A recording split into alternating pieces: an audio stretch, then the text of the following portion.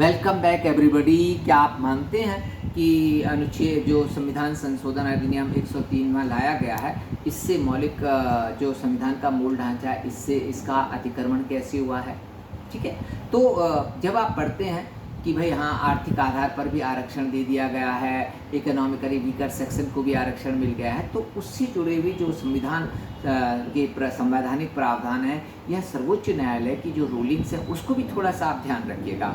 ठीक है, तो 103वां संविधान संशोधन आपसे पहले ही बता दिया है कि इसमें हम इसके द्वारा हमने अनुच्छेद 15 में एक सबसेक्शन 15(6) जोड़ा है, और इसके द्वारा अनुच्छेद 16 में भी हमने एक सबसेक्शन 6 जोड़ा है। दोनों में 6 सब क्लॉज जोड़ा है, और सामाजिक शैक्षणिक पिछड़ेपन के बजाय केवल आर्थिक आधार पर आरक्षण को मान्यता दी है।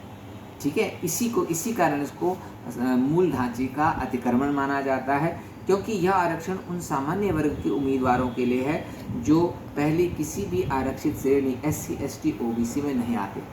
ठीक है, जब इस संशोधन को दिया गया था, चुनौती दी गई थी कोर्ट में, ठीक है, तो इसको जनहित अभियान बनाम भारत संघ 2019 में चुनौती दी गई थी। जनहित अभियान एक संगठन है, तो उनका ये मानना था कि जो परिकल्पना की गई थी सामाजिक न्याय की, उस सामाजिक न्याय में जाति को ही एक महत्वपूर्ण घटक माना गया था सामाजिक न्याय का।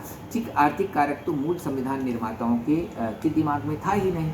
ठीक है, उन्होंने इसको स्वीकार करा ही नहीं था। तो आर्थिक आधार पर आरक्षण देना संविधान के मूल ढांचे का उल्लंघन है।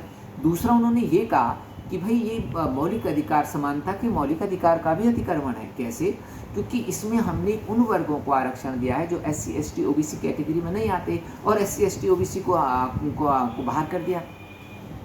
यानी कि हमने ये मान लिया कि SC, ST, OBC को पहले आरक्षण मिल गया, इसलिए आर्थिक आधार पर हम उन्हें आरक्षण नहीं देंगे। ठीक है, तो अन्यों के साथ आर्थिक आधार पर उनको आरक्षण न दिया जाना, ये उनके मौलिक अधिकार का उल्लंघन है, ऐसा याचिकाकर्ताओं का मानना था। ठीक है, कोर्ट ने क्या कहा वो मैं आपको बता दूंगा।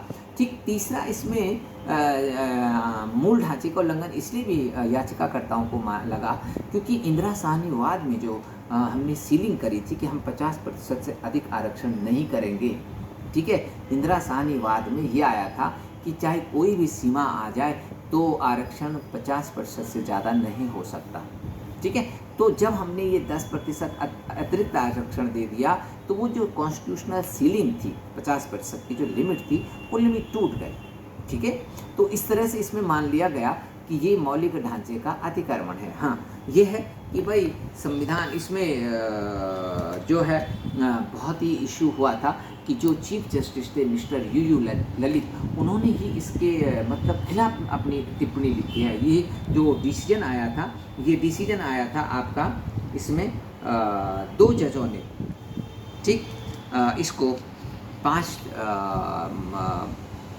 2 जजों ने, ठीक है, 5 और 2 का जजमेंट था, 7 जजों की पीठ थी, तो उन्होंने 3 ने इसके फेवर में दिया। 5 जजों की बेंच थी, 3 ने फेवर में दिया था और 2 ने इसके अगेंस्ट अपनी टिप्पणी लिखी थी, जस्टिस UU ललित और जस्टिस रविंद्र भट्ट ने। जस्टिस UU ललित ने असहमति जताई थी कि जबकि जस्टिस